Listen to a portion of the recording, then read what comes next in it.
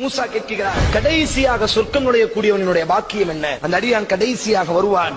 அல்லாஹ் சொல்வான், ஒரு சொர்க்கத்தை காமித்து, இந்த சொர்க்கம் உனக்கு நான் தருகிறேன். இந்த சொர்க்கம் எவ்வளவு விசாலமானது தெரியுமா? நீ வாழ்ந்த உலகம், அந்த உலகம் முழுவதும் ஒருவனுக்கு கரத்தில் நான் கொடுத்து அவனை மன்னனாக ஆக்கினால் அவனுக்குத்தான் முழு உலகம். இந்த உலகத்தினுடைய வைரம், இந்த உலகத்தினுடைய வைடூரியம், இந்த உலகத்தினுடைய அத்தனை மக்களும் அவனுக்கு பணியாளர்கள். அவன் மூச்சு விட்டால் தான் பேச முடியும்.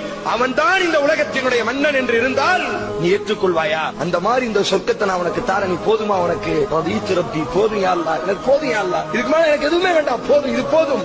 ஏன் போதுங்கிறாய்? வமிஸ்லுஹு வமிஸ்லுஹு வமிஸ்லுஹு வமிஸ்லுஹு வமிஸ்லுஹு.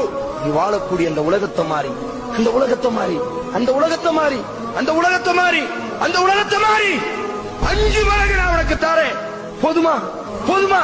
உன் உள்ள சமாதானம் அடையுமா? ரப்பி போதும் யா அல்லாஹ், போதும் யா அல்லாஹ்.